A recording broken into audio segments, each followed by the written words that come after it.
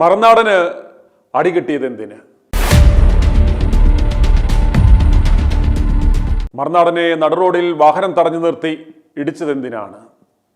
നടുറോഡിൽ വാഹനം തടഞ്ഞു നിർത്തി ആളുകൾ കാണുകെ മർദ്ദിച്ചാൽ അതിന് ദൃക്സാക്ഷികൾ ഉണ്ടാകുമെന്നും തെളിവുകൾ ഉണ്ടാകുമെന്നും അറിഞ്ഞുകൊണ്ട് തന്നെ എന്തുകൊണ്ടാവാം മറുനാടൻ ഷാജനെ നാട്ടുകാർ നോക്കി നിൽക്കെ മർദ്ദിച്ച മാത്യൂസ് കൊല്ലപ്പള്ളിക്ക് തനിക്ക് വൈരാഗ്യം ഉണ്ടാകുവാൻ ഒരു കാരണം പറയുവാൻ ഉണ്ടെങ്കിലും ഇതിനു പിന്നിൽ പ്രബലരായ കൊട്ടേഷൻ നൽകിയവർ ഉണ്ടെന്ന് ഉറപ്പാണ്.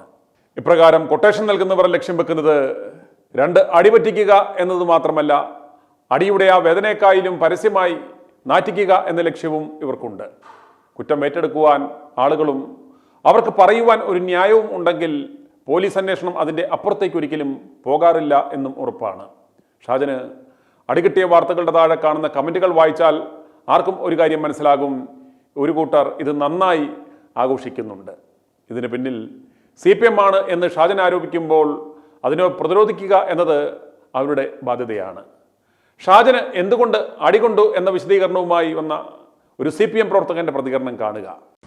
മറുനാടൻ മലയാളി എന്ന മഞ്ഞ യൂട്യൂബ് ചാനലിന്റെ ഉടമസ്ഥൻ ഷാജൻ സ്കറിയയ്ക്ക് ഈ കഴിഞ്ഞ ദിവസം തൊടുപുഴയിൽ നിന്ന് അടികിട്ടി. എന്തിനാണ് ഷാജൻ സ്കറിയയ്ക്ക് അടികിട്ടിയത്? എന്തായാലും ഒരാൾക്ക് അടികിട്ടിയത് കണ്ട് കേരളക്കരയാകെ ഒരേ ശബ്ദത്തിൽ സന്തോഷം പങ്കുവെക്കുന്ന കാഴ്ച ആദ്യമായിട്ടാണ് കണ്ടത്.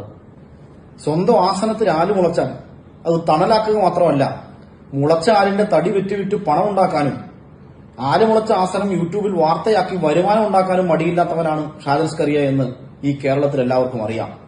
ഇപ്പോൾ കിട്ടിയ അടിയിൽ നിന്നും മുതലെടുപ്പ് നടത്താനാണ് ഷാജൻ സ്കറിയ ശ്രമിക്കുന്നത്. ഇതിനു പിന്നിൽ CPM ആണ്, ഇത് പിണറായി വിജയന്റെ കൊട്ടേഷനാണ് എന്നൊക്കെയാണ് ഇയാൾ പറഞ്ഞുകൊണ്ടിരിക്കുന്നത്. ആദ്യം തന്നെ ഇയാൾ മനസ്സിലാക്കേണ്ട ഒരു കാര്യം, CPMനോ പിണറായി വിജയനോ ഒന്നും ഒരു എതിരാളിയായി കാണാൻ മാത്രമുള്ള വലിപ്പമൊന്നും ഈ പറയുന്ന ഷാജൻ സ്കറിയയ്ക്കില്ല. പിന്നെ ഇപ്പോൾ കിട്ടിയ അടിക്ക് പിന്നിൽ ഒരു കഥയുണ്ട്. ആ കഥ പറയാം. ആ കഥ കേട്ടതിനു ശേഷം നിങ്ങൾ വിലയിരുത്തുക ഇയാൾ ഈ അടി കൊള്ളാൻ യോഗ്യനായിരുന്നോ എന്ന്.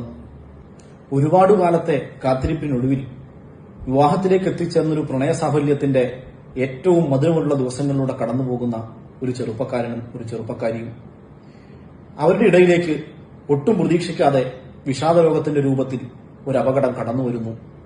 ഏറ്റവും സന്തോഷകരമായ ദിവസങ്ങളിൽ നിന്ന് തന്റെ ജീവിതത്തിൽ താങ്ങാൻ കഴിയുന്നതിനപ്പുറത്തേക്കുള്ള ദുഃഖത്തിന്റെയും തകർച്ചയുടെയും ഒരു കാലത്തിലേക്ക് ആ ചെറുപ്പക്കാരൻ വീണുപോകുന്നു. ഇങ്ങനെ തീരാ ദുഃഖത്തിന്റെ നടുക്കടലിലേക്ക് എടുത്തെറിയപ്പെട്ട ആ ചെറുപ്പക്കാരന്റെ ജീവിതത്തിലേക്ക് വീണ്ടും ഒരു ഇടുത്തി പോലെ ഈ ഷാജൻ സ്കറിയ അവതരിക്കുകയാണ്. എവിടുന്നോ കിട്ടിയ പത്രക്കട്ടിങ്ങിലെ ഒരു മരണവാർത്തയിൽ നിന്നും ഇയാളുടെ യൂട്യൂബ് കാണുന്ന ഞരമ്പ് രോഗികൾക്ക് വേണ്ടിയുള്ള എല്ലാ വഷളത്തരങ്ങളും ചേർത്ത്, ഇയാളുടെ സ്വതസിദ്ധമായ മനോവികൃതങ്ങളും ചേർത്ത് ഇയാൾ കഥകൾ ഉണ്ടാക്കി വിളമ്പുന്നു. ഇരു കുടുംബങ്ങൾക്കും ഇല്ലാത്ത പരാതികൾ ഉണ്ടെന്ന് വരുത്താൻ ശ്രമിക്കുന്നു. ഒരു കഥയിൽ നിർത്താതെ വീണ്ടും വീണ്ടും കഥകൾ ഉണ്ടാക്കി ഇയാൾ അതിൽ ആനന്ദം കണ്ടെത്തുന്നു. അങ്ങനെ തകർന്നുപോയൊരു ചെറുപ്പക്കാരന്റെ തലയിൽ ചവിട്ടി അവനെ തകർച്ചയുടെ പടുകുഴിയിലേക്ക് താഴ്ത്തിക്കളയാൻ ആവേശത്തോടുകൂടി ഇയാൾ ശ്രമിച്ചുകൊണ്ടിരിക്കുന്നു.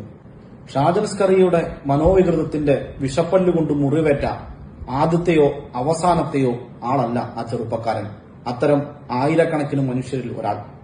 തന്റെ ജീവിതത്തിൽ സംഭവിച്ച ഏറ്റവും വലിയ ദുഃഖത്തെക്കുറിച്ച് വൃത്തികെട്ട കഥകളുണ്ടാക്കി പ്രചരിപ്പിച്ച് അതിൽ ആനന്ദം കണ്ടെത്തിയ ഒരാളെ മുഖാമുഖം കണ്ടപ്പോൾ ആ മുഖമടച്ചൊന്ന് കൊടുക്കാനാണ് അവന് തോന്നിയത്. അവന്റെ സുഹൃത്തുക്കളും അവന്റെ ചിന്തയ്ക്കൊപ്പം നിന്നു. അങ്ങനെയാണ് ഈ ഷാജൻ സ്കറിയയ്ക്ക് അടി കിട്ടിയത്. അടിച്ചത് ശരിയോ തെറ്റോ എന്നത് നിയമപരമായി പരിശോധിക്കപ്പെടട്ടെ. i2i News, an eye for truth. i2i News subscribe ചെയ്തിട്ടില്ലാത്തവർ ഇപ്പോൾ തന്നെ സബ്സ്ക്രൈബ് ചെയ്യുക. നോട്ടിഫിക്കേഷൻ ലഭിക്കുവാൻ ബെൽ ബട്ടണും അമർത്തുക.